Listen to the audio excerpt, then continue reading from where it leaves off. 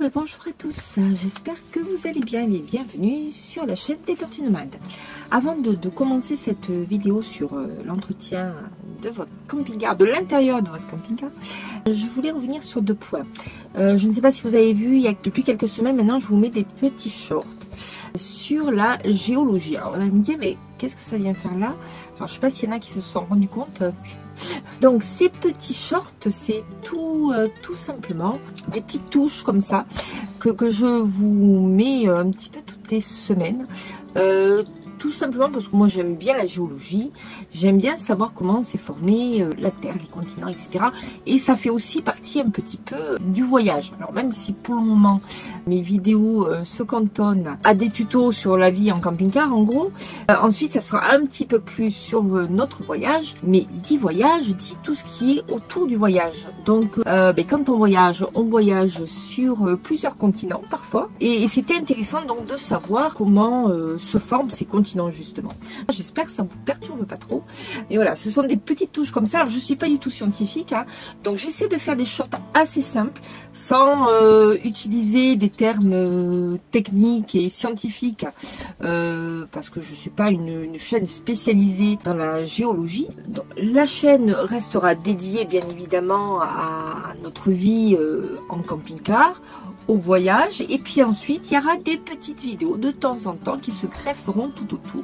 Donc ça peut être effectivement de la géographie, de la géologie, de l'histoire, de la gastronomie, mais voilà, tout ça, ça va se planifier au fur et à mesure. Donc je voulais juste faire un petit point à ce sujet-là.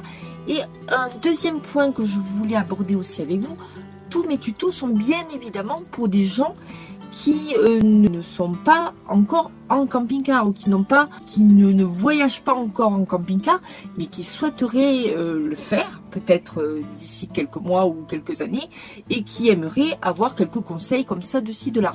Voilà. Donc évidemment, ceux qui vivent déjà en camping-car ou qui ont un camping-car depuis plusieurs années, tous mes tutos ne vont pas forcément vous servir, hein, vous avez bien compris. Donc voilà, c'était ce que je voulais apporter comme précision, parce que plusieurs personnes m'ont fait la réflexion, mais tout ça on le sait déjà.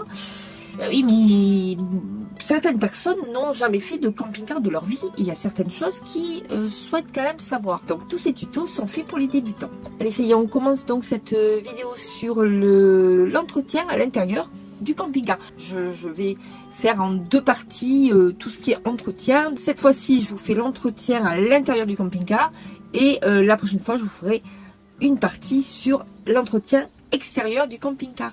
Allez, c'est parti. Alors, excusez-moi un petit peu pour le bruit, mais la pluie a repris. Et donc, on n'entend pas peut-être très bien. Alors, j'espère que ça ne va pas trop vous déranger. Voilà, je vais essayer de parler un tout petit peu plus fort. Donc oui, pour l'entretien de votre camping-car, je ne vais pas vous faire un cours sur le ménage, hein, parce que le ménage, c'est exactement la même chose que ce que vous faites déjà chez vous, dans votre habitation. Donc, je passerai sur les techniques de ménage. Vous savez faire, vous n'êtes pas des enfants. Donc, voilà. Je ne vais pas faire non plus de promotion sur tel ou tel produit. Vous choisirez celui qui vous convient le mieux. Sachez que tous les sites de camping-car vous proposent des tas de produits spécial camping-car. Alors vous en avez pour tous les goûts, hein, pour entretenir votre cuisine, pour entretenir vos salles de bain, pour entretenir votre douche, pour entretenir vos toilettes. Si vous faites comme vous voulez, hein, si vous voulez utiliser ces produits-là, utilisez-les. Sachez qu'ils sont quand même un petit peu plus chers que pour d'autres produits, on va dire lambda. Ah, retour de Lily qui essaie de grimper chaque fois sur mon dos. Nous par exemple, on s'est un petit peu fait avoir au départ, parce que quand on a acheté notre camping-car, c'est notre premier camping-car, et effectivement quand on est allé le chercher, le vendeur nous a vendu des tas de produits en disant qu'on ne pouvait pas utiliser autre chose, que c'était presque un sacrilège si on utilisait d'autres produits que ceux qui nous proposaient, et bon, en fait vous utilisez un peu ce que vous avez envie. Donc sachez que vous pouvez utiliser n'importe quel produit que vous trouvez dans les grandes surfaces à lambda, par exemple comme le bicarbonate de soude, ou bien le vinaigre blanc, ou bien le savon noir. Voilà, tout ça c'est très bien aussi pour les camping-cars. Hein. Et ça coûte quand même un petit peu moins cher. Donc je vais aborder avec vous plutôt les points plutôt spécifiques qu'on a dans un camping-car. Premier point que je voulais aborder avec vous, c'est tout ce qui est aération. Parce que je trouve que c'est quand même assez important. Alors, même si chez vous aussi vous aérez, hein, bien sûr. Mais l'aération, je trouve, dans le camping-car, c'est vraiment quelque chose de primordial. Parce que sinon, l'humidité s'accumule vraiment dans un véhicule. Et ça, c'est pas drôle après, parce que pour s'en défaire, c'est un peu compliqué. C'est pas terrible. Donc, aérez bien votre camping-car, aussi bien l'été que l'hiver, fait tout le temps. Dès que vous pouvez, vous aérez. Ensuite, ce qui est important, c'est tout ce qui est circuit d'eau. Alors, quand je parle de circuit d'eau, ce sont les cuves d'eau propre, les cuves d'eau sale, les toilettes et la pompe à eau. D'ailleurs, je vous ai déjà fait une petite vidéo sur l'eau en camping-car, donc vous pouvez la regarder si vous voulez. Je vous mets le lien. Alors tous ces endroits que je viens de vous dire peuvent dégager de mauvaises odeurs parfois. Hein. Et donc moi je vous conseille déjà de mettre une bonde. Alors si vous n'en avez pas, vous pouvez en acheter dans le commerce, ça existe, hein, des bondes spray pour les camping-cars. Alors mais au moins quand vous mettez vos bondes, eh ben, les odeurs ne remontent plus dans votre camping-car et ça c'est pas mal quand même. Également si vous entretenez pas bien vos circuits d'eau, ben, ça peut engendrer une panne hein, à la longue. Donc il faut entretenir quand même ces circuits d'eau. Alors moi je dirais une fois par an, c'est déjà pas mal. Alors je vais commencer par la cuve d'eau propre. Alors la cuve d'eau propre, pour ceux qui ne sont pas encore experts en camping-car, c'est la cuve qui va être utilisée pour cuisiner et pour prendre votre douche. Alors je vous déconseille de boire l'eau de cette cuve, hein, même si l'eau que vous mettez dedans est potable. Voilà, je vous déconseille quand même de la boire. Malgré tout, si vous l'utilisez pour vous laver ou pour laver vos fruits ou légumes, il vaut mieux quand même que cette cuve soit quand même assez propre. Alors cette cuve d'eau, moi je vous conseille de la nettoyer au moins une fois par an. Alors si vous vivez dans votre camping-car à l'année, je vous conseille d'aller, admettons, dans un camping à ce moment-là, parce que vous avez la possibilité d'être près d'un point d'eau pour pouvoir nettoyer votre cuve plus facilement. Et ensuite, comme souvent les produits doivent agir sur plusieurs heures, c'est quand même plus facile de pouvoir vous laver et faire votre vaisselle dans les sanitaires, puisque dans votre camping-car, vous ne pourrez plus utiliser votre eau de la cuve.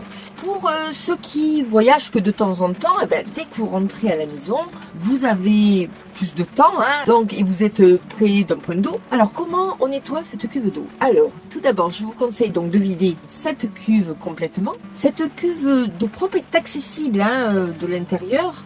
Donc vous pouvez déjà nettoyer avec une éponge tout l'intérieur de votre cuve pour enlever le plus gros des saletés qui a pu s'accumuler. Vous avez également un petit filtre à eau que vous trouverez à côté de votre pompe. Vous pouvez le dévisser et le nettoyer. Vous le rincez uniquement à l'eau.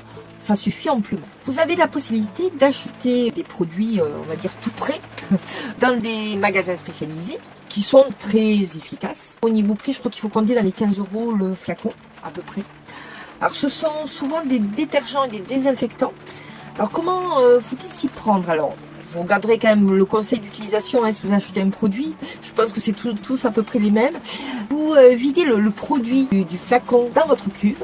Vous rajoutez de l'eau froide à ras-bord. Ensuite, vous activez la pompe à eau et ouvrir tous les robinets. Robinet de la cuisine, robinet de la salle de bain et le robinet de votre douche pour que l'eau avec ce produit puisse se répandre dans vos tuyaux. Il est souvent conseillé de faire un petit tour avec votre camping-car pour que ça bouge en fait, hein, tout simplement, et que toutes les parois soient bien imbibées de ce produit. En général, vous laissez agir 24 heures, au moins 24 heures. Et ensuite, vous videz toute cette eau. Donc, vous rallumez tous vos robinets, hein, évidemment. Cette eau va partir vers votre cuve d'eau sale. Et ensuite, il vous suffira de la vidanger, comme vous vidangez votre eau sale, tout simplement. Il vous faudra certainement rincer plusieurs fois votre cuve d'eau propre.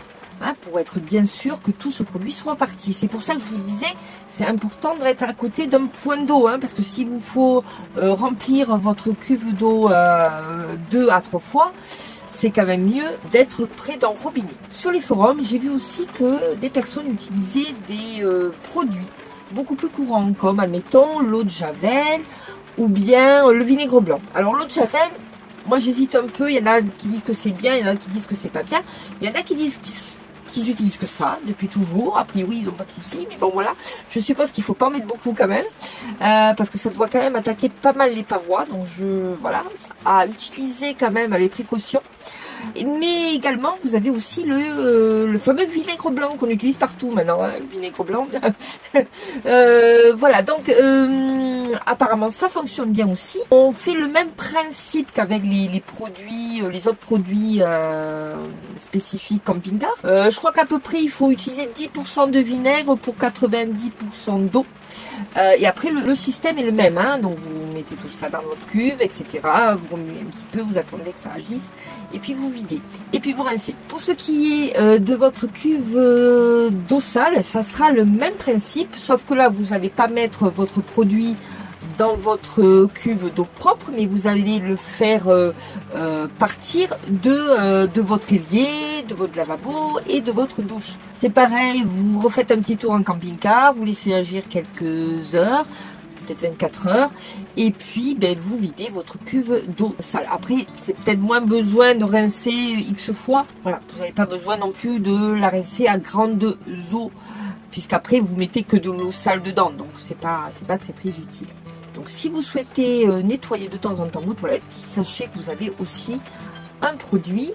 Alors ça peut être intéressant de le faire pour ceux qui voyagent pas tout le temps et qui souhaitent nettoyer un petit peu leur toilette après leur voyage. Admettons, voilà, vous pouvez faire un grand ménage et ça permet quand même d'enlever les grosses saletés qui se sont accumulées tout le long de votre séjour. Donc les toilettes c'est bien, et les cuves aussi d'ailleurs, hein, c'est bien de le faire juste avant votre hivernage, comme ça au moins vous êtes tranquille pour repartir après. Donc pour votre frigo Trimix qui marche au gaz, il vous faudra nettoyer, on va dire annuellement, hein, votre brûleur qui se trouve derrière votre frigo, ainsi que ramoner peut-être un petit peu la cheminée. Ce qui va permettre à votre frigo d'être mieux entretenu et puis de fonctionner beaucoup mieux après. Si vous laissez votre camping-car en hivernage aussi, n'oubliez pas d'ouvrir aussi la porte de votre frigo. Ça c'est quelque chose que peut-être on oublie, je ne sais pas, parce que sinon vous risquez d'avoir quelques petites odeurs qui risquent de s'accumuler pendant les mois d'hiver, et ça risque de ne pas sentir très bon. Alors, en ce qui concerne votre chauffage, j'en ai aussi déjà parlé dans ma dernière vidéo, je vous mets là au-dessus. Il faut un petit peu l'entretenir aussi. Alors, quand je dis entretenir, ça veut dire au moins le dépoussiérer un petit peu. A priori, ça se fait assez facilement. Alors, je dis ça parce que c'est pas moi qui le fais. Mais a priori, Laurent m'a dit que c'était assez facile à faire. Donc, voilà, il suffit juste de démonter et puis de le dépoussiérer un petit peu. Et puis, c'est quelque chose qui est très facile à faire. Alors, si vous avez un doute sur quoi que ce soit, vous n'hésitez pas de demander à un professionnel quand même, hein. Voilà, faites pas n'importe quoi non plus, mais a priori c'est pas très compliqué à faire. Voilà, on n'est pas tous super bricoleurs et super à l'aise avec ce genre de choses. Alors là, ce sera plutôt quelque chose un petit point sécurité. N'oubliez pas d'avoir un extincteur dans votre camping-car. Alors, je crois qu'ils sont valables 4 ans. Et ensuite, il faut les faire vérifier. Donc, voilà. Vérifiez vos extincteurs dans vos camping-cars. C'est quand même important parce que imaginez que d'un coup, il y a quelque chose qui prenne feu. Je pense que vous serez bien content si votre extincteur marche. Alors, ce que j'ai appris aussi, vous voyez, j'apprends plein de choses avec vous en préparant ces vidéos, c'est qu'il faut de temps en temps secouer l'extincteur parce que, vous savez, il y a une poudre à l'intérieur qui reste trop compacte, et donc il faut de temps en temps le secouer pendant 1 à 2 minutes. Et ça permet donc à cette poudre d'être moins compacte et d'être plus efficace. Bon, c'est un petit truc à faire, et c'est comme moi, je ne le savais pas, maintenant je vais secouer mon extincteur. Bon, mais voilà, je crois que j'ai terminé pour l'entretien intérieur du camping-car. Je crois que je n'ai rien oublié de spécifique, on va dire. Hein. Donc la prochaine fois, je vous parlerai de l'extérieur. Et puis, écoutez, je vous fais de gros bisous. Je vous dis à très vite. Bisous. Ciao, ciao.